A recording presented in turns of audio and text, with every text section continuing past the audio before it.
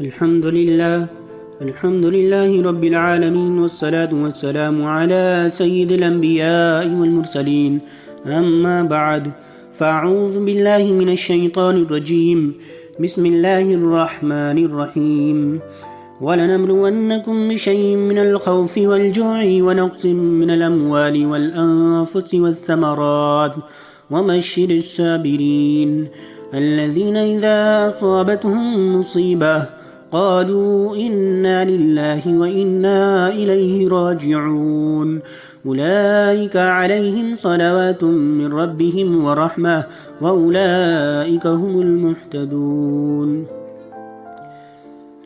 ناظرین گرامی، انسان کو زندگی میں بے شمار مصائب و مشکلات اور تکالیف و شدائد سے گزرنا پڑتا ہے۔ کسی تکلیف سے انسان کا دل متاثر ہوتا ہے، کوئی انسان کے بدن کو تکلیف دیتی ہے، کسی سے انسان مالی طور پر خسارے کا شکار ہوتا ہے، کسی سے اولاد کے معاملے میں اسے تکلیف پہنچتی ہے، اور کوئی اس کے اہل خانہ و شریک حیات کے بارے میں اس کی دل آزاری کا باعث بنتی ہے۔ غرض انسان کو ایک نئی کئی پہلوؤں سے مصائب اور تکالیف سے دوچار ہونا پڑتا ہے۔ یہ تکلیفیں اور مصیبتیں اللہ تعالیٰ کی طرف سے آزمائش ہوتی ہیں۔ جو شخص ان آزمائشوں پر صبر کرے اور ان کے تقاضوں پر پورا اترے، اللہ تعالیٰ اس کو دنیا و آخرت میں بلند مقام سے نوازتا ہے۔ البتہ آزمائشوں میں ثابت قدم رہنا اور ان میں اللہ تعالیٰ کی مشیت کے سامنے سر تسلیم خم رکھنا بلند ہمت لوگوں کا کام ہے۔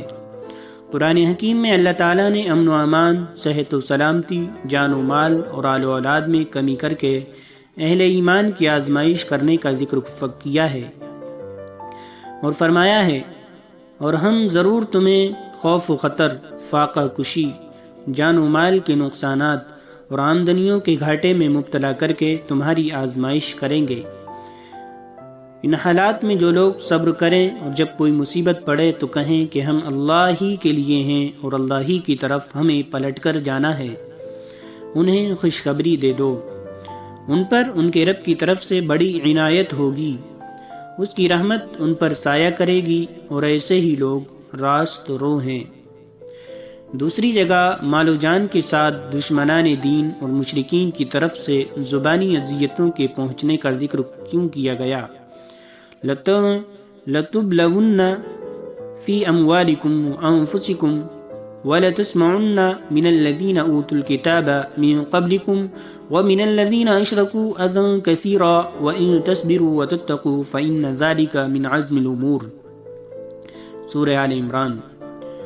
ترجمہ: مسلمانوں، تمہیں مال اور جان دونوں کی آزمائشیں پیش آ کر رہیں گی، اور تم اہل کتاب اور مشرکین سے بہت سی تکلیف دہ باتیں سنو گے۔ اگر ان سب حالات میں صبر اور خدا ترسی کی روش پر قائم رہو تو یہ بڑے حوصلے کا کام ہے۔ مذکورہ دونوں آیات کی بہترین تفسیر بھی قرآن حکیم ہی کے اندر موجود ہے۔ جلیل القدر پیغمبر حضرت ابراہیم علیہ السلام کا تذکرہ قرآن حکیم نے جس اسلوب میں کیا ہے، اس سے یہ بات واضح ہو کر سامنے آتی ہے کہ اللہ تعالیٰ نے اپنے اس بندے کو جان و مال، بیوی بچوں اور رزق اور امن و امان میں کمی کر کے ہر طرح سے آزمایا، اور جب آپ ان تمام آزمائشوں میں کامیاب ٹھہرے تو اللہ تعالیٰ نے ان کی بلند ہمتی اور صبر و ثبات کو دنیا کے لیے یادگار بنا دیا، اور ان کو دنیا کا امام بھی بنایا، اور ان کی فرد واحد کی حیثیت ہی میں ان کو امت قرار دے دیا۔ جناب محمد رسول اللہ صلی اللہ علیہ وسلم انہی حضرات ابراہیم علیہ السلام کی نسل سے تھے۔ آپ کو نبوت و رسالت کی گراں بار ذمہ داری سے پہلی بار آگاہ کیا گیا تو اس راہ کی مشکلات کا اندازہ آپ کو اسی وقت ہو گیا تھا جب ورقہ بن نوفل نے یہ کہتے ہوئے حسرت و افسوس کا اظہار کیا تھا، کاش میں اس وقت جوان ہوتا، کاش میں اس وقت تک زندہ رہوں جب آپ کی قوم آپ کو یہاں سے نکال دے گی۔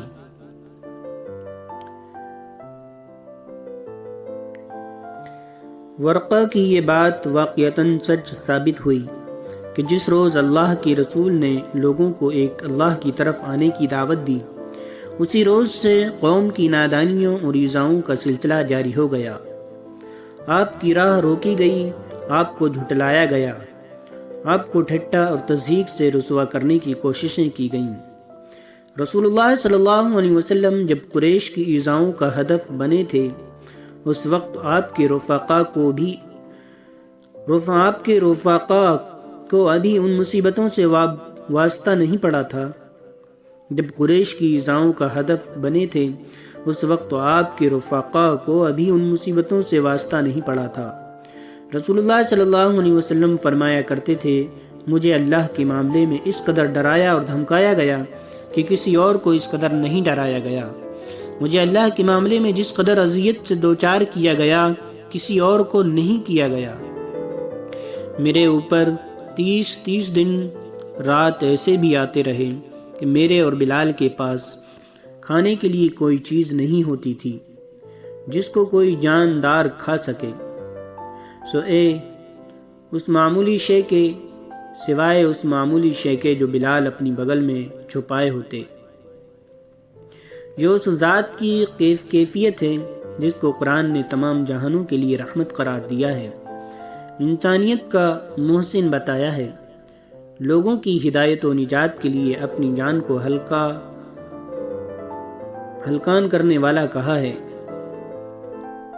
اس شخصیت سے روا رکھے جانے والے سلوک کا تذکرہ تو دلوں کے خون کو منجمد کر دیتا ہے۔ اس شخصیت سے روا رکھے جانے والے سلوک کا تذکرہ تو دلوں کے خون کو منجمد کر دیتا ہے، مگر عقل و فراست اور زبان و بیان میں امتیازی شان رکھنے کا دعویٰ کرنے والے اہل مکہ کو دیکھیے کہ وہ انسان بھی ان کی چیرہ دستیوں سے محفوظ نہیں، جو ان کے نزدیک پاکیزہ ترین اور صادق و امین ہے۔ بات زبانی ایذا رسانی تک محدود رہتی تو تاریخ انسانی کے کاتبوں کے لیے اسے نظر انداز کرنا شاید ممکن ہو جاتا، مگر معاملہ عددی قوت کو بروئے کار لا کر تلوار زنی اور نیزہ بازی تک پہنچ گیا۔ 13 سال تک قریش مکہ کی ایذاؤں کا ہدف بنے رہنے کے بعد بالآخر جب مظلومانہ جذبات سے بھرے دل کے ساتھ یہ رحیم و کریم انسان مکہ کو خیر آباد کہتا ہے اور بے سر و سامانی کے عالم میں مدینہ چلا جاتا ہے، تو یہ کشمکش مسلح جنگ کی صورت اختیار کر لیتی ہے۔ مسلح جنگ کی صورت اختیار کر لیتی ہے، پھر معاملہ ایذا رسانی، جلاؤ، گھیراؤ اور سب و شتم سے آگے بڑھ جاتا ہے۔ نبی کریم صلی اللہ علیہ وسلم کی بقیہ زندگی اسی کشمکش میں گزر جاتی ہے، ایک کے بعد دوسری آزمائش اور دوسری کے بعد تیسری، اور پھر یہ سلسلہ تھمنے کا نام نہیں لیتا۔ رب کی کبریائی کا پیغام لے کر جو شخص بھی آیا اس کے ساتھ دشمنی روا رکھی گئی۔ انسانی تاریخ کے گزشتہ دور کی شہادت بھی یہی ہے، اور ماضی قریب اور عہدیداروں عہد رواں کی گواہی بھی یہی ہے۔ تاریخ نے ان کرداروں کی مساعی اور مشکلات کی جو تصویر کشی کی ہے، وہ سینکڑوں صفحات پر محیط ہے۔ آج کے دائی اور داعیانہ کرداروں کو بھی بعین ہی انہی حالات سے سابقہ ہے جو مذکورہ بالا افراد کو تھا۔ یقیناً وہ سب اپنے اپنے وقت کے لیے ایک نمونہ تھے، لیکن ان سب میں بہترین اسوہ وہی ہے جس کو قرآن مجید نے بہترین کہا ہے، یعنی جناب محمد رسول اللہ صلی اللہ علیہ وسلم کا اسوہ۔ ان سطور میں اسی اسوہ حسنہ سے ایسی چند مثالیں پیش کی جا رہی ہیں جو ایک طرف ایک مومن کے لیے روزمرہ معاملات اور مصائب اور پریشانیوں میں نمونہ ہیں، تو دوسری طرف ان میں حق و باطل کی کشمکش میں اہل حق کے لیے رہنمائی کا سامان موجود ہے۔ آئیے دیکھیے رسول اللہ صلی اللہ علیہ وسلم نے ایسے حالات میں مصائب و مشکلات کو کس طرح انگیز کیا اور ان کو اپنی دعوت کے لیے کیسے ممد و معاون بنایا۔ اجر اور انعام کی بشارت۔ اللہ تعالیٰ کی طرف سے اجر و ثواب کے وعدے اور گناہوں پر بخشش کی خوشخبریاں مومنوں کے لیے بہت بڑی نعمتیں ہیں۔ حضرت ابو سعید خدری رضی اللہ عنہ بیان کرتے ہیں کہ ایک بار میں نے آپ صلی اللہ علیہ وسلم سے پوچھا، یا رسول اللہ صلی اللہ علیہ وسلم، سب سے زیادہ سخت آزمائش کس کی ہوتی ہے؟ آپ نے فرمایا انبیاء کی، پھر ان سے کم درجہ لوگوں کی، پھر ان سے کم درجے لوگوں کی۔ آدمی کی آزمائش اس کی دینی کیفیت کے مطابق ہوتی ہے۔ اگر وہ دین میں مضبوط ہو تو آزمائش بھی سخت ہوتی ہے، اور اگر دین میں نرم ہو تو اس کی دینی کیفیت کے مطابق ہی آزمائش ہوتی ہے۔ بندے پر آزمائشوں کا سلسلہ جاری رہتا ہے، حتیٰ کہ ایک وقت ایسا آ جاتا ہے کہ وہ زمین پر چلتا ہے تو اس کے اوپر کوئی گناہ نہیں ہوتا۔ مومن کا یہ ایمان ہے کہ دین کی راہ میں پیش آنے والی مشکلات و تکالیف بہترین دروس اور مفید تجربات ہیں، جو اس کی شخصیت کو آزمائش کی بھٹی سے گزار کر کندن بنا دیتے ہیں اور اس کے ایمان کو جلا بخشتے ہیں، اس سے زنگ کو خرچ ڈالتے ہیں۔ کسی نے کہا ہے کہ اس مومن کی مثال جس کو کسی آزمائش سے دکھ پہنچے اس لوہے جیسی ہے جس کو آگ میں ڈال دیا جائے تو اس کے کھوٹ کو صاف کر دیتی ہے اور اصل لوہا باقی رہ جاتا ہے۔ اپنے مقصد کو حاصل کرنے، ان مصیبتوں تکلیفوں سے نکلنے کے لیے دعا سب سے زیادہ مضبوط ذریعہ ہے۔ یہ مومن کا ہتھیار ہے۔ رسول اللہ صلی اللہ علیہ وسلم نے اپنی امت کو یہ تعلیم دی ہے کہ وہ اللہ تعالیٰ سے مدد و استعانت طلب کرے۔ آپ نے دعا کا مقام بیان کرتے ہوئے فرمایا کہ یہی عبادت ہے، یہ عبادت کا مغز ہے۔ دعا میں غفلت اور تساہل سے آپ نے منع فرمایا۔ مصیبتوں اور تکلیفوں کے موقع پر رسول اللہ صلی اللہ علیہ وسلم مخصوص دعائیں کیا کرتے تھے۔ ترمذی میں حضرت ابو ہریرہ رضی اللہ عنہ سے روایت ہے کہ نبی کریم صلی اللہ علیہ وسلم کے لیے جب کوئی معاملہ بڑا اہم ہو جاتا تو آپ آسمان کی طرف چہرہ بلند کر لیتے اور گڑ گڑا کر دعا کرنا مقصود ہوتا تو یا حی یا قیوم کہتے۔ حضرت انس بن مالک سے روایت ہے کہ نبی اکرم صلی اللہ علیہ وسلم کو جب کوئی اہم معاملہ درپیش ہوتا تو آپ یوں دعا کرتے، یا حی یا قیوم برحمتک استغیث، اے زندہ اور قائم ذات میں تیری رحمت کے واسطے سے تیری مدد کا طالب ہوں۔ غزوہ احزاب خندق کے موقع پر جب دشمن نے مسلمانوں کا محاصرہ سخت کر دیا تو اللہ کے رسول مشرکین کے خلاف دعا کرنے کے لیے اللہ تعالیٰ کی طرف متوجہ ہوئے اور دعا فرمائی، اللہم منزل الکتاب سریع الحساب اہزم الاحزاب اللہم اہزمہم وزلزلہم۔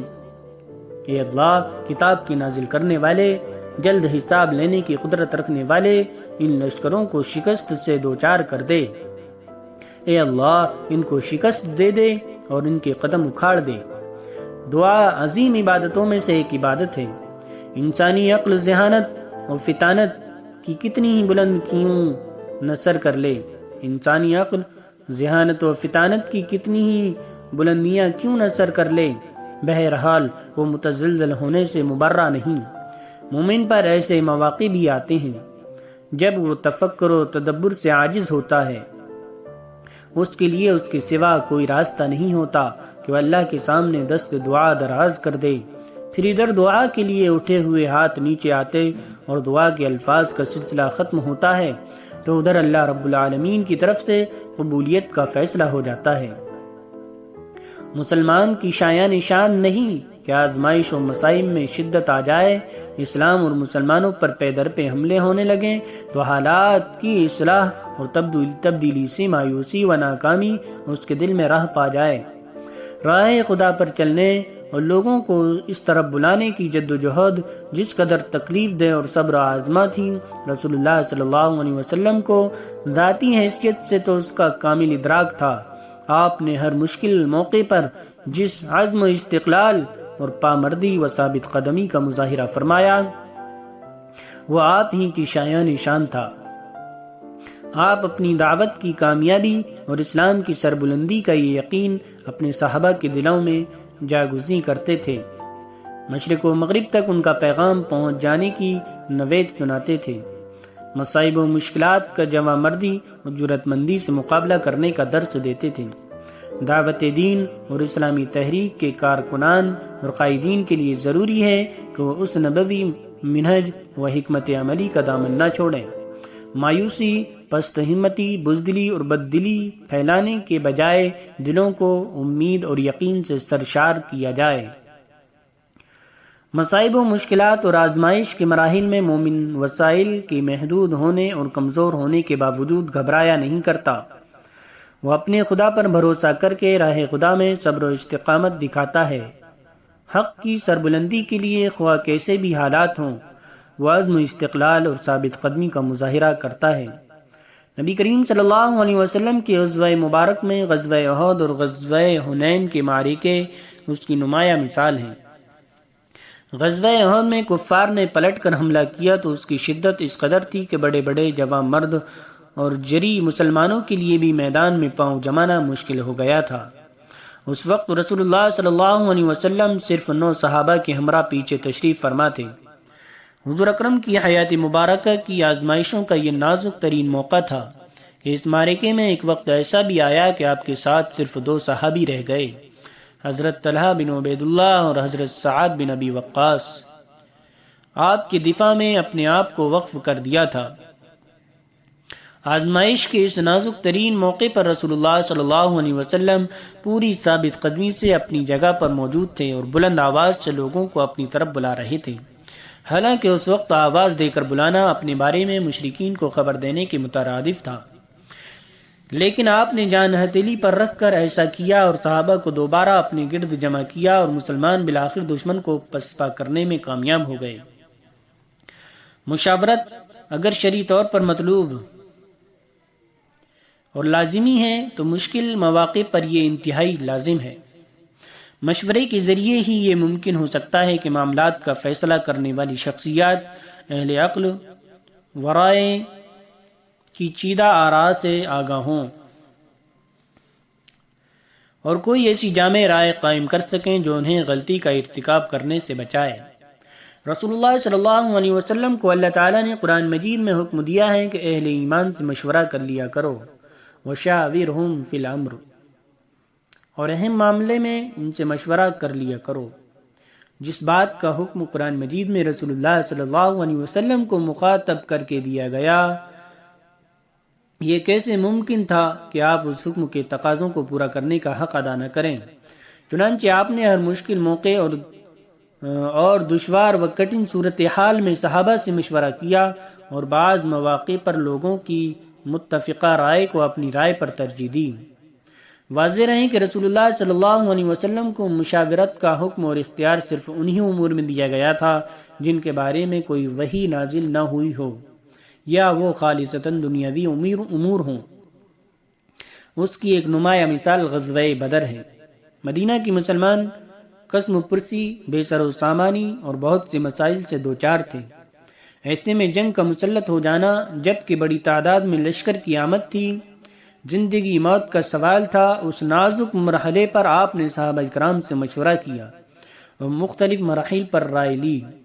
مدینہ سے باہر نکل کر دفاع کا فیصلہ کیا۔ میدان بدر میں جب آپ نے اسلامی لشکر کو بدر کے قریب ترین چشمے پر ٹھہرایا تو آپ نے حضرت خباب بن منذر کی رائے کو اپنی رائے پر ترجیح دی اور فرمایا، تم نے بہت ٹھیک مشورہ دیا۔ اس کے بعد آپ لشکر سمیت اٹھے اور آدھی رات کے وقت دشمن کے قریب ترین چشمے پر پہنچ کر پڑاؤ ڈال دیا۔ اسوہ رسول میں اس حوالے سے بہت سی مثالیں سامنے آتی ہیں۔ ایک بات یہ ہے کہ حسن ظن رکھنا چاہیے۔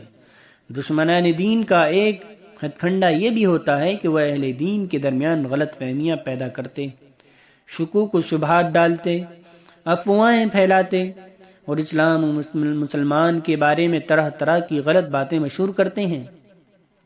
دین اور اہل دین کے لیے یہ لمحات بڑے نازک اور خطرناک ہوتے ہیں، خصوصاً اسلامی عناصر کے لیے جو مسلمانوں کی بیداری اور اسلام کے احیاء کے لیے کام کر رہے ہوں۔ احیاء اسلام کی تاریخ میں ایسے بے شمار مواقع ہیں جب دشمن اپنے ان عزائم کو مسلمانوں کے خلاف کامیاب بناتا دکھائی دیتا ہے۔ اس مقصد کی خاطر دشمن جو طریقہ اختیار کرتا ہے وہ انتہائی گھٹیا اور رقیق بھی ہو سکتا ہے۔ ایسے حالات میں اسلامی قیادت کے لیے بھی اور کارکنان دعوت کے لیے بھی انتہائی ہوش مندی اور احتیاط کے ساتھ چلنے کی ضرورت ہوتی ہے۔ ناظرین، عہد حاضر میں بھی اس کی بے شمار مثالیں ہمارے روزانہ کے مطالعے اور مشاہدے میں آتی ہیں۔ اس معاملے میں دشمن یہاں تک بھی گر سکتا ہے کہ مسلمانوں کی ذاتیات کو ہدف بنا کر ان کے اخلاق و کردار کو داغدار کرنے کی کوشش کرے۔ رسول اللہ صلی اللہ علیہ وسلم اور آپ کے اہل خانہ کے اعلیٰ اخلاق کے بارے میں کسے شک ہو سکتا ہے؟ رسول اللہ صلی اللہ علیہ وسلم کے اہل خانہ کے اعلیٰ اخلاق کے بارے میں کسے شک ہو سکتا ہے؟ مگر دشمن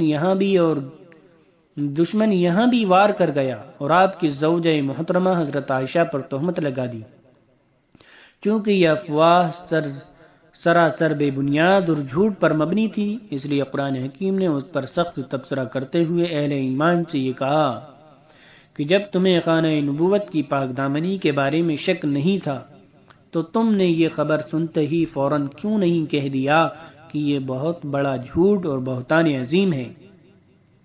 بدگمانی سے اجتناب اور اپنے ساتھیوں کے بارے میں محتاط گفتگو ہی دراصل کسی اجتماعیت کو مستحکم رکھنے کا باعث ہوتی ہے، اور محض افواہوں پر کارروائیاں ہونے لگیں تو بھی یہ شیرازہ متحد نہیں رہ سکتا، اور اگر حقیقی خامیوں کو نظر انداز کیا جاتا رہے تب بھی مخلصین کی رفاقت کو تادیر شکوک و شبہات سے بچائے رکھنا مشکل ہوتا ہے۔ صبر کا طویل سفر ہوتا ہے۔ بعض لوگ صبر کو ایک منفی رویہ سمجھتے ہیں اور کمزوری و بے بسی اور ذلت خواری کے ساتھ خلط ملط کر دیتے ہیں۔ یہ صبر نہیں ہے، بلکہ صبر تو قابل تعریف اور اوصاف مثبت رویوں کا نام ہے۔ صبر تو قابل تعریف اوصاف اور مثبت رویوں کا نام ہے۔ صبر تو یہ ہے کہ دشمنان دین ہی نہیں بلکہ اپنے بھائی بندوں کی طرف سے بھی ایک داعی جو ذہنی و جسمانی تکلیفیں اٹھائے ان پر بددلی، کم ہمتی اور جزا فضا کا شکار نہ ہو۔ ثابت قدمی اور صبر لازم و ملزوم ہے۔ اگر داعی صبر سے کام لے گا تو وہ ثابت قدم رہے گا۔ اپنے نفس سے جہاد پر بھی صبر کرنا ہوتا ہے، دوسروں سے جہاد پر بھی صبر کی ضرورت ہوتی ہے، مشقتوں مصیبتوں کے جھیلنے کے لیے بھی صبر کی ضرورت پڑتی ہے۔ دعوت حق کے راستے کی طویل مسافت بھی صبر کی متقاضی ہے۔ اس راہ کی تکلیف دہ نشیب و فراز بھی صبر ہی سے طے ہو سکتے ہیں۔ رسول اللہ صلی اللہ علیہ وسلم کی 23 سال کی داعیانہ زندگی صبر کی ایک دردناک داستان ہے۔ دیکھیے وہ شخص جو اپنی قوم سے صادق و امین کا لقب پا چکا ہو اور قوم اس کی سر آنکھوں پر بٹھاتی ہو اور قوم اس کو سر آنکھوں پر بٹھاتی ہو، وہ جب کائنات کی عظیم ترین صداقت قوم کے سامنے پیش کرے اور قوم اس کو جھٹلا دے تو اس سے بڑی تکلیف دہ بات کیا ہو سکتی ہے؟ رسول اللہ صلی اللہ علیہ وسلم کی زندگی مصیبتوں، تکلیفوں اور ابتلاؤں، آزمائشوں سے لبریز ہے۔ ان تمام لمحات میں صبر آپ کا اوڑھنا بچھونا رہتا ہے اور آپ قرآن کے اس بیان کی صداقت پر مہر تصدیق ثبت کرتے ہیں۔ تم سے پہلے بھی بہت سے رسول جھٹلائے جا چکے ہیں، مگر اس تکذیب پر اور ان اذیتوں پر جو انہیں پہنچائی گئیں انہوں نے صبر کیا، یہاں تک کہ انہیں ہماری مدد پہنچ گئی۔ اللہ کی باتوں کو بدلنے کی طاقت کسی میں نہیں ہے۔ رسول اللہ صلی اللہ علیہ وسلم اور آپ کے صحابہ نے مخالفین کی طرف سے تحقیر و تضحیک کی ایک کھلی جنگ کا سامنا کیا، قتل و تعذیب سے دوچار ہوئے، ہجرت کے عمل سے گزرے، مال و اسباب سے محروم ہوئے، غرض کوئی ایسی تکلیف باقی نہیں رہ گئی تھی جو آپ کو اور آپ کے ساتھیوں کو نہ پہنچائی گئی ہو۔ عہد حاضر کی میڈیا یا یلغاروں اور ابلاغی ہتھ کنڈوں جیسے حربے خوب آزمائے گئے۔ اسلام اور مسلمانوں کو عوام کی نظروں سے گرانے کے لیے مضحکہ خیز استدلال اور اوچھے نقطۂ نظر پیش کیے گئے۔ الزام عائد کرتے وقت عقل و منطق کے تقاضوں کو بالائے طاق رکھ دیا گیا، حتیٰ کہ آپ کو جھوٹ بولنے والا، مجنون، پاگل، دیوانہ اور جادوگر کہا گیا، نعوذ باللہ من ذالک۔ معاملہ اس ابلاغی مہم جوئی تک ہی رہتا تب بھی کچھ کم تکلیف دہ نہ تھا، لیکن مخالفین نے عداوت کی آخری حد تک پہنچنے کے لیے آپ کو راستے سے ہٹانے کی دھمکی تک دے دی۔ پھر معاملے کی نزاکت اپنے نقطۂ عروج کو پہنچتی ہے اور آپ کے قتل کا عمومی منصوبہ مشرکین مکہ کی مجلس میں منظور ہوتا ہے اور رات کے اندھیرے میں اس پر عمل درآمد بھی کیا جاتا ہے، مگر اللہ تعالیٰ نے آپ کو ان لوگوں سے محفوظ رکھا۔ اس سارے عرصے میں دشمن اپنا کام کرتا ہے اور دائی اپنا۔ دشمن نے اپنے ہتھ کنڈے آزمائے اور دائی نے اپنے صبر و استقلال کا مظاہرہ کیا، اور ان مخالفتوں کی پرواہ کیے بغیر قوم کی مجلسوں میں جا کر اور ایک ایک فرد کو مل کر اپنی دعوت پیش کی۔ حضرت جابر رضی اللہ عنہ روایت کرتے ہیں کہ رسول اللہ صلی اللہ علیہ وسلم کہا کرتے، کیا کوئی شخص مجھے سوار کر کے اپنی قوم کے پاس نہیں لے جائے گا تاکہ میں انہیں دعوت دوں؟ کیونکہ قریش نے مجھے میرے رب کا کلام لوگوں تک پہنچانے سے روک رکھا ہے۔ رسول اللہ صلی اللہ علیہ وسلم اپنے راستے کی ان تمام رکاوٹوں کو عبور کرتے ہوئے محو سفر رہے، اور دائی کے شایان شان بھی یہی ہے کہ وہ اپنے عزم کو شکستہ نہ ہونے دے، اور دعوت دین جن قربانیوں کو مطالبہ کرتی ہے ان کو پیش کر کے حمیت فی الدعویٰ کی لاج رکھے۔ دعوت کی نصرت و تائید کے لیے عزم کی شدت سے بڑھ کر کوئی چیز اہمیت کی حامل نہیں ہے۔ قوتیں صرف کیے بغیر اور قربانیاں دیے بغیر دعوت نظریات و خیالات تک محدود ہوگی، جو کتابوں میں رقم اور مقررین کی تقریروں میں موجود ہوتی ہے، مگر ایسی دعوت کوئی تبدیلی اور انقلاب پیدا نہیں کر سکتی۔ سیرت محمدی علیہ صاحبہ الصلاۃ والسلام سے یہ چیز روز روشن کی طرح عیاں ہو کر سامنے آتی ہے کہ آپ اور آپ کے صحابہ نے اپنے جسم و جان سے لے کر دنیاوی ساز و سامان تک ہر چیز کو اسلام کے اوپر نچھاور کر دیا، جس کے نتیجے میں ایک عظیم انقلاب برپا ہوا۔ آج بھی انقلاب کی منزل اسی طریقے سے قریب ہو سکتی ہے۔ اللہ تعالی ہم سب کو عمل کی